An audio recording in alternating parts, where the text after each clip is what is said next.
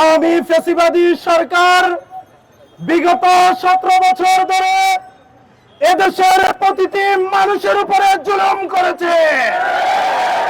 তারা তাদের জুলুমতন্ত্রের শেষ পরিণতি হিসাবে বিগত 24 সালের 4 আগস্ট মহিপালে আমার ভাইদের উপরে অতর্কিত হামলা চালিয়েছে।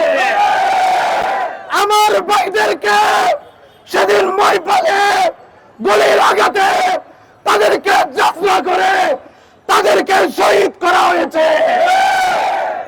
সেই আওয়ামী ফ্যাসিবাদী শক্তি, সেই কোনে আওয়ামী লীগ আজকে এই ফেনীতে তারা পুনর্বাসিত হওয়ার চেষ্টা চালাচ্ছে। আজকে তাদের হাত ধরে তারা এই ফেনীতে পুনর্বাসিত হচ্ছে। আমরা সেটা জানতে চাই। আমরা সকল রাজনৈতিক সংগঠনকে হুঁশিয়ার করে বলতে চাই, আওয়ামী লীগকে পুনর্বাসন করার চেষ্টা ভুলেও করবেন না। বান্ডেল থাকলে প্রতি সেনমানিতে টাকা বাঁচবে। বিকাশ সেনমানি বান্ডেল কিনে জিতুন প্রতি লেনদেনে। এই দুঃসাহস দেখাবেন না।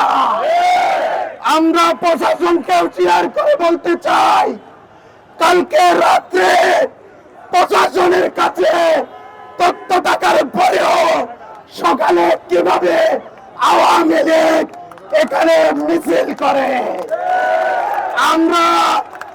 আমরা প্রশাসনকে হুঁশিয়ার করতে চাই, এখনো আওয়ামী সন্ত্রাসী বাহিনীরা স্বৈরাচারের দোসররা কিভাবে গুপ্ত মিছিল করার জন্য রাজপথে বের হয়। প্রশাসন করুক না করুক, আমাদেরকে আবারও স্বৈরাচারের দোসরদের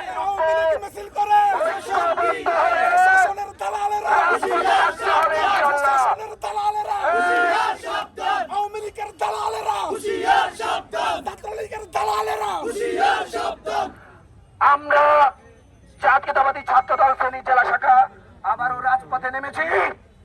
দলের যদি বুকের পাটা থেকে থাকে, দেখি আজকে পর থেকে একটি মিছিল করে তোরা দেখা।